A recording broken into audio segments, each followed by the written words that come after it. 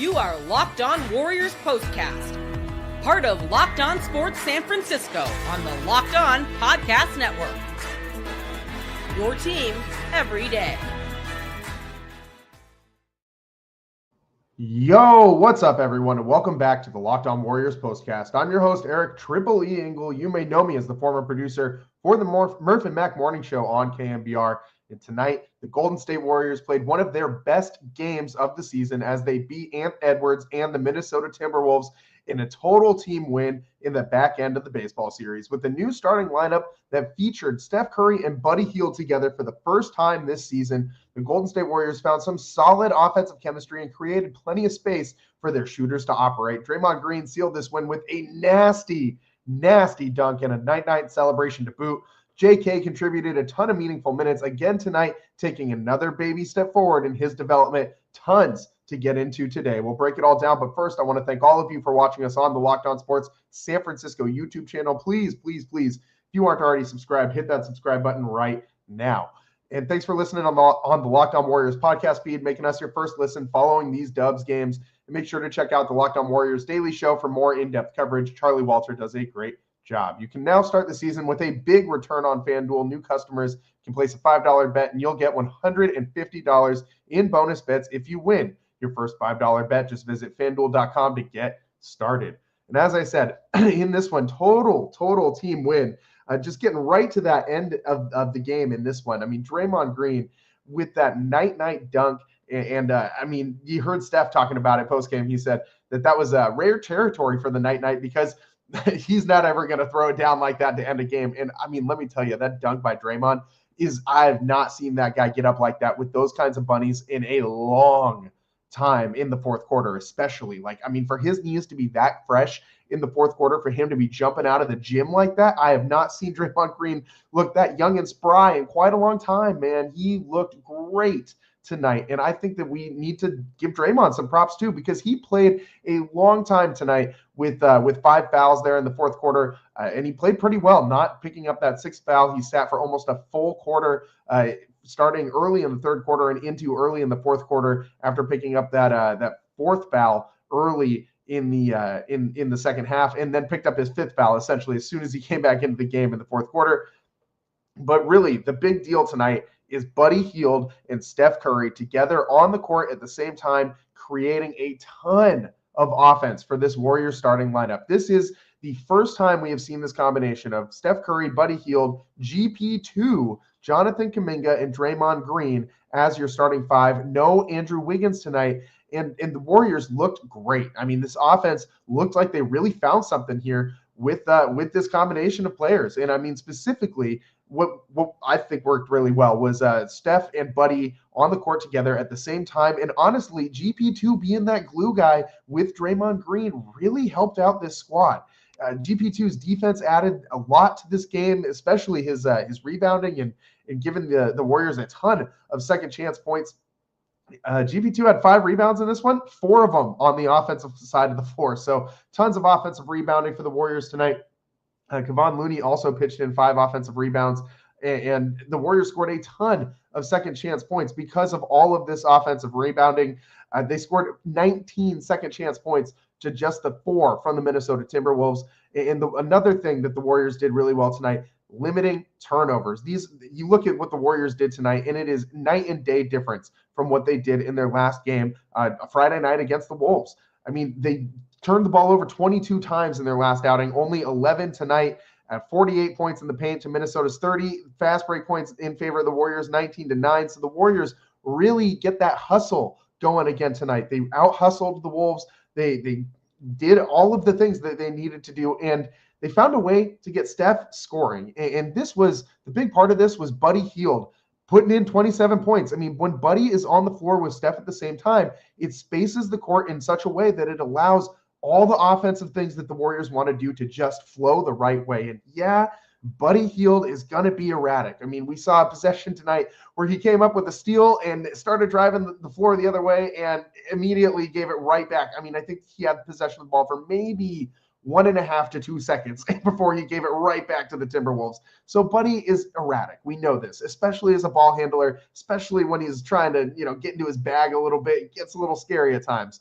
some of the erratic passes he throws. But one thing we know this guy can do is shoot the dang basketball. And he's tonight 7 of 13 from 3, hits a dagger 3 there at the end, plus 17, leads the Warriors with his plus minus in 27 points, only trailing Steph Curry in his 30 burger tonight. And I mean, Steph looked so much better tonight playing opposite Buddy Hield as well, because they playing off of each other. They have so much more space to work with. You can't just run Steph off of these screens as hard as you have without leaving some other guys open that are moving without the ball. And tonight that was Buddy Hield. And it made defenders have to stay home and not switch as much and not cheat as early, which gave Steph open shots, and they were falling tonight, but not for the whole game. I mean, the Warriors still only shot 39% from three-point land, which is better, a lot better than they've been doing recently. But they did not start this game off very well from the floor. Shooting was tough in the start of this one. The Warriors really broke out of that slump in the second half and started playing a lot better. The Warriors in the second half shot 57%, while in the first half just 38%. So for a while going into that fourth quarter, the Warriors were shooting like up over 70% in the second half of this game. So really turned it on in that third quarter, and there was just so many offensive contributions from Buddy and Steph, but also Jonathan Kuminga. Jonathan Kuminga played a phenomenal game tonight. 7 of 16 from the floor, 20 points, so a little more efficient than we've seen him in his last couple outings, but 7 rebounds and very active on the defensive end of the floor. I was so impressed with Jonathan Kuminga's defense tonight. I think this is the best I've seen him on the defensive end of the floor, especially down the stretch. I mean, he had 3 blocks in this one, and the final one came in the final possession for the Wolves, where he sealed this win for the Warriors after the Draymond Green night dunk. Jonathan Kuminga played phenomenal defense in this one, especially when he was frequently being asked to guard defenders or offensive players much bigger than him and play in the paint and be a 4 on the defensive end and a 3 on the offensive end. And that's sometimes a tough thing to do, but Jonathan Kuminga made it look, I mean, pretty easy tonight. 3 blocks, 2 steals for JK. I mean, 5 stocks is pretty dang good. He even beat out GP2 in that category. So Jonathan Kuminga tonight played 36 minutes, the most of any Warrior, and he looked awesome. Steve Kerr shortened up this Warriors lineup, and we, aside from getting this starting lineup, this new starting lineup for us, we also saw a little bit different bench usage from Steve Kerr. He cut it down to only a 10-man rotation, and we've seen this in the last couple nights from Kerr, where he's shrinking this rotation down night by night. Tonight, it was TJD, Trace Jackson Davis, who found himself out of the rotation, which I thought was a little interesting. The Warriors going extra small against the big Minnesota Timberwolves with Rudy Gobert and Naz Reid in there at the same time a lot of this game. And I mean, those are 2 very big bodies to be dealing with down there in the paint. And the Warriors don't have a single 7-footer out there without TJD to match any of this. So I thought that they did a great job defensively on these guys and offensively. There was a play today where Jonathan Kuminga just did this like little stop and go move on Rudy Gobert, and I just thought it was phenomenal the way he was able to get around him, and Steph too doing all sorts of magician work down there in the paint to get those layups to fall. Like some of the English he gets on his layups just don't get enough respect. Like we always talk about Kyrie Irving and his layup package being, you know, what it is. And I'm not no disrespect to Kyrie. I'm not saying Steph is quite at that level, but Steph should be considered one of the greatest layup artists of this generation. Like he is so good at finishing around the rim. Steph has, and that's something that he wasn't always great at either. And this is something that he's built in his game later on in his career, and he has just become one of the greatest of this generation at finishing at the rim, even though he can't dunk. And so, I mean, he can if he's, you know, left completely wide open. I'm sure Steph could still throw down a dunk or two, but very rarely do we see that from Steph. So tonight, I thought that this was amazing from the Warriors. The rotations that they had on with their lineup specifically was, I think, something of note going forward, because it seems like the Warriors still need to kind of shake something up and maybe make a trade and get a solidified number 2 to Steph Curry. But maybe this is the secret sauce for the starting lineup, and maybe Buddy Hield, there's a chance. Maybe he can be the guy who shakes up this starting lineup, and this is the secret sauce. Let's talk about that next on the Locked On Warriors postcast. Steve Kerr shaking up the Warriors starting lineup and finding this secret sauce. And we'll get into some of those non-Steph minutes discussions a little later. We can't have a Warriors postcast without talking about non-Steph minutes. I mean, we're basically contractually obligated at this point to talk about how the Warriors do in the non-Steph minutes every single night, because it's so important. We'll talk about those things next on the Locked On Warriors postcast.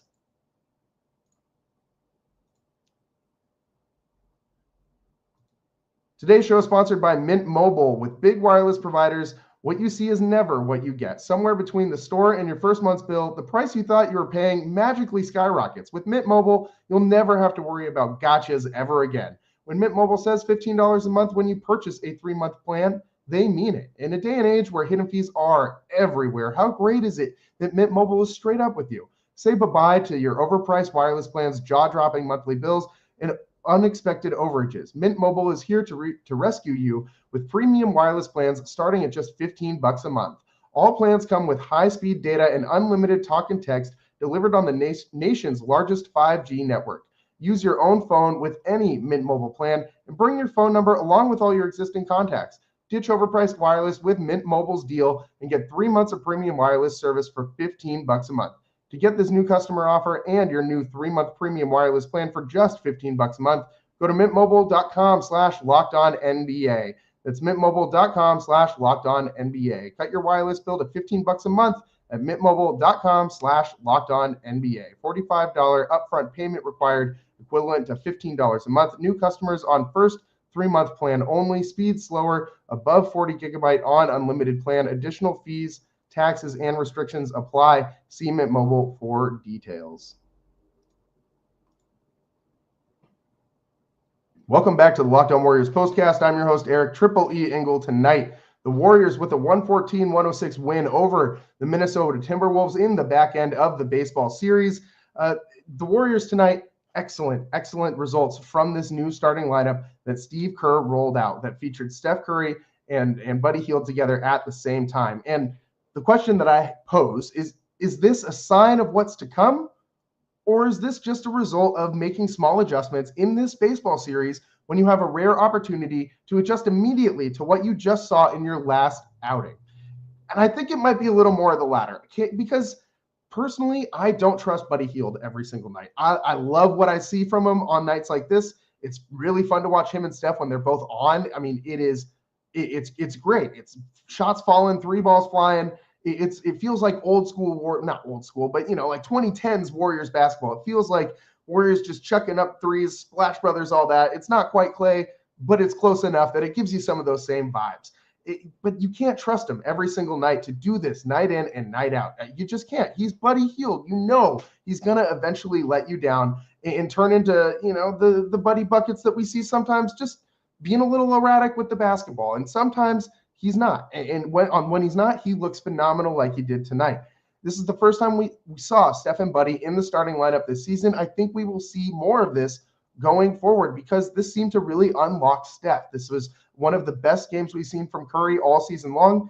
And shrinking the rotation to a 10-man rotation just makes this a little bit crisper, a little tighter. And without Melton really being another one of those super glue guys on the bench, maybe that 12-man rotation is just a little bit too deep.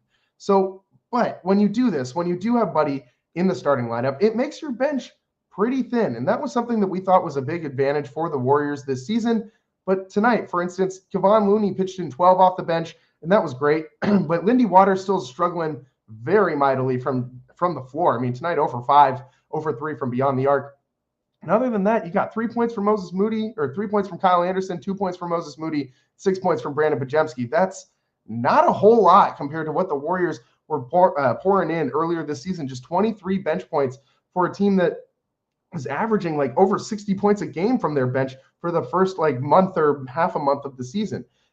Obviously, that was a very short period of time, but this bench does not look the same when you don't have Buddy Hield and Jonathan Kuminga coming off of it. That's no shocker to anybody. I mean, Andrew Wiggins is not going to be missing the rest of the season, so we obviously know that he's going to come back and have to be inserted somewhere into this mix. Maybe the spot for Wiggs is the bench. I mean, who knows when he comes back? We'll see what the Warriors do with their starting rotation. But I don't think that would be a terrible option to put Andrew Wiggins with the bench. I think that gives you a little bit more flexibility defensively, and it allows him to just be the focal point of the offense and run the game. Obviously, you can still have opportunities to put him in the game with Steph and Draymond and Kuminga and all that, But I think that would be a good option for the Warriors and allow them to continue to run out the starting lineup with Steph and Buddy. And it might take you back a little bit defensively in that starting lineup. But like I said, it's not really about the starting lineup as much as it is about the closing lineup. It gives you a little bit of flexibility to go with a little more shooting and get into a little bit of an offensive rhythm to start the game. Because when the Warriors are able to start the game actually scoring, they seem to do a lot better. This one, they had to fight back after a slow start, 21 points in the first quarter for the Dubs. But that third quarter, 44 points for the Warriors out of halftime. Curry going nuts, Kuminga going nuts, Buddy Hield going nuts, all in that quarter. And I think that, again, the Steph Curry and Buddy Hield combination is something that can work a lot of the time. But I don't think it's something I want to put all my eggs in that one basket for. I don't think that is the smartest move for the Warriors. I think that it's really great when Buddy has a night like this, and you can expect that he's going to have a few of them. You can't guarantee it every night, and you need someone who's a little more consistent. That's why I still think the Warriors need to go out and make a trade. I still think Cam Thomas is the guy. Cam Thomas from the Brooklyn Nets, if they're willing to get rid of him, I think that is the target for the Warriors. That's who they should go and get. He'll space the floor every single night just like this for Steph, and it will allow the Warriors to score so much. And can you imagine what the spacing is going to look like if they can run those guys out there, and with maybe like a Buddy Hield in some certain situations, just the three-point barrage that you could hit opponents with would be lethal. It also gives you the opportunity to spread some of that scoring out in the non-Steph minutes. You can still have Buddy Hield and Cam Thomas out there at the same time if they go and get them. And that would allow Steph in the non-Steph minutes to be able to sit for a little longer and allow the Warriors to stay closer with teams in those crucial crunch time minutes. And with the new rotation that we're seeing from Steph, we've seen a deviation from what Kerr has normally done to manage Steph's minutes, the big fourth quarter rest. It's not the same pattern anymore. So we're seeing a little bit different of a rest cycle for Steph during the games. And there's minutes in the fourth quarter, a lot of minutes in the fourth quarter tonight where Steph was sitting on the bench. And that game, it's scary. When you see Edwards out there and no Steph Curry, you're just kind of waiting for the runaway train. But if you have that much scoring out there on the floor without Steph, if you are able to go get a Cam Thomas to pair with everybody else on this team and throw him out there with Buddy Hield in some of those non-Steph minutes, this team can still score. They can still light it up. And, Jonathan Kuminga doing what he's doing is, giving him more space to operate with more shooters is just going to increase what he's able to do with the ball in his hands. So the Warriors, I think, have a very solid thing here going with Buddy Hield and Steph. But again, I don't think I want to put all my eggs in that one basket. I will say it really is, kind of dependent on Buddy. If Buddy can stay consistent, this is something that could work. But that's a big if, man, because just some food for thought. When the Warriors when Buddy Hield scores 10-plus points, the Warriors are 11-3. That's a pretty solid record. When Buddy is shooting and scoring, they're winning. And even more so, when Buddy scores 15-plus, Warriors are 8-1. And so that's pretty solid too. But even more so, when Buddy scores 20-plus points, the Warriors are 7-0. So if Buddy Hield can replicate this performance, if he can keep this type of volume scoring when they play games going forward, they can absolutely turn this into something. I don't know if the Warriors lineup tonight is going to be something that they're able to do every single night going forward based on matchups, but Buddy still needs to score. When Buddy scores, the Warriors win. It's as simple as that. The floor spacing looks completely different when he's able to drop in those threes, and it gives Steph a lot of room to operate. And Steph had one of his best nights of the season tonight, and it was, one game after looking not so great. Steph did not look like he had his shot going very well at all in the Warriors' last outing against the Timberwolves. Tonight, 8 of 18 for Steph from the floor and 5 of 11 from three-point range, 30 points for Steph Curry. 8 assists as well for Steph. So the Warriors, excellent basketball, excellent spacing on the floor tonight, and they did a great job busting out of that shooting slump in that third quarter and went on that big run. The Warriors did not have a lead after the first couple minutes of this game until midway through the third, and then they battled back and forth, eventually pulling away in the fourth. But it was a tough one for the Warriors to shoot their way back into this game. The Wolves led by 12 at one point in this one in the second half. So the Warriors really had their work cut out for them in this one, and were able to fight back against a team that's been playing really well. The Wolves this season, their record isn't super reflective of how this team is playing right now. They had a very slow start to the season, but they have been hot lately. They had won 4 in a row coming into tonight. Warriors put an end to that, and the Warriors now sitting at 14-9, 7-4 at home, and they are 5th, I believe, in the Western Conference. Yes, correct. 5th in the Western Conference as of right now, post-game following Warriors Timberwolves on Sunday night. So the Warriors, I mean, again, when Buddy Hield and Steph Curry are both out there on the floor at the same time, the spacing is really good, obviously, and the Warriors, shocker, when you have a bunch of shooters out there on the floor at the same time, it's really hard to defend. The Warriors can shoot a lot better from three-point range when you got both of those guys working the way they were. We got to talk about the non-Steph minutes, and we got to talk about Jonathan Kuminga. We talked about him a little bit earlier in the show, but JK showed me something tonight. Again, another baby step forward for Jonathan Kuminga. He's been stringing some of these games together night after night. I'm really, really encouraged by what I'm seeing from Jonathan Kuminga. Let's talk about him next, and the non-Steph minutes. They go hand in hand. You know what I mean? That's what's next on the other side of the Locked On Warriors postcast. Today's show is sponsored by FanDuel. Get ready to tackle the NFL action with FanDuel, America's #1 sportsbook, because right now new customers can bet $5 and get $150 in bonus bets if you win. The FanDuel Sportsbook app gives you everything you need to place live bets on the NFL all in one place. So when you get a hunch in the middle of the game, you can check out the latest stats, view live play-by-play, and so much more on the same page where you place your bets. Just visit FanDuel.com to join today. You'll get started with $150 in bonus bets if you win your first $5 bet. That's FanDuel.com. Never waste a hunch and make every moment more with FanDuel, an official sportsbook partner of the NFL. Welcome back to the Locked On Warriors postcast. I'm your host, Eric Triple E Engel. Thanks for joining us tonight, making us your first listen following these Warriors games. Make sure you check out the Locked On Warriors podcast, The Daily Show with Charlie Walter. He does a great job for your second listen following this show, and make sure you're checking out all of our other postcasts. We did a 49ers show earlier today. Make sure you got your 49ers postcast. That was a fun win over the Bears. But tonight, the Warriors 114-106 over the Timberwolves. And the non-Steph minutes, I thought, were a big key in this one, especially in the fourth quarter. And Jonathan Kuminga played, I mean, he just played his A off, man. Like, let's be real. Defensively, this is the best game I've seen Jonathan Kuminga put in maybe ever in a Warriors uniform. He had 5 stocks, steals/blocks. He had 3 blocks and 2 steals.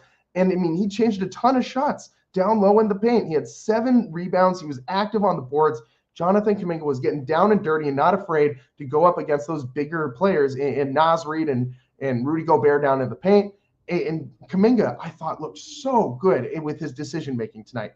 Multiple times, again, in the last few weeks, we have seen Kuminga passing up good shots for great shots, where he's not just settling for that open jumper, where he's eating up that space between him and the defender and driving to the rim. And, I mean, we've seen that time and time again from Jonathan Kuminga in these recent weeks. And it's just his decision-making is just getting better and better before our eyes. I mean, I think that this is a huge improvement for Kuminga to pair the decision-making with the defensive improvement at the same time. I mean, this is how he can become an elite player in the NBA. If he is able, he doesn't need a solid three-point shot, like the best three-point shot in the world, to become an elite player in this league. If he can play defense to the ability that he should be able to play, considering how athletic he is and how just supremely strong and fast this guy is. I mean, he should be able to stay in front of anybody in the NBA, jump with anyone. His bunnies are out of this, I mean, jump out of the building. So Jonathan Kuminga should be able to be an elite defender if he just was able to get his angles right and the want to. I mean, offensively, we've seen what he can do. He doesn't, again, need to be an elite three-point shooter, but he's good enough now with the jumper that you got to respect it enough that you can't just stand there and let him shoot it, because he will make some of those set open three-point shots. But when he drives and he eats up that space between him and the defender in front of him and forces the defense to either send help or just secede the inside bucket, I mean, it makes things complicated for defenses. And Kuminga, when that help comes, has been really good at passing out of those situations and finding the open shooter and it's benefited the Warriors a lot. He's been really making great decisions with the basketball. He's been that driving when he chooses to drive versus when he chooses to shoot that open jumper has been really good. I mean, he's been shooting less from 3-point lately. Tonight, 4 shots from 3 is a little more than I want to see from JK. I like when he shoots just 2 or 3 threes, just to keep him honest, just to keep the defense honest, but he doesn't need to be shooting a volume amount of 3-pointers. I mean, but he still made one of them. So, he makes that one, makes the defense kind of have to get out there and throw a hand up. So Kuminga making more baby steps, and a lot of this happened in those non-Steph minutes. I mean, I'm thinking specifically during the fourth quarter when Steph came out with like 9-ish minutes left. It was when Draymond came in and Kuminga came back in, and they were able to really steady that Warriors offense through the non-Steph minutes, with Draymond kind of being the orchestrator and Kuminga being just a battering ram to go fly at that defense, at that interior of that Minnesota Timberwolves defense. And of course, GP2, his defense and the Looney defense was huge tonight. We criminally neglecting talking about Kevon Looney. We are almost done with our show tonight. We have not brought him up once, but Loondog with 9 huge boards, 12 points off the bench, leads all scorers off the bench, a +5 plus-minus in 21 minutes, 6 of 8 from the floor, 5 of those 9 rebounds on the offensive end of the floor, and the points,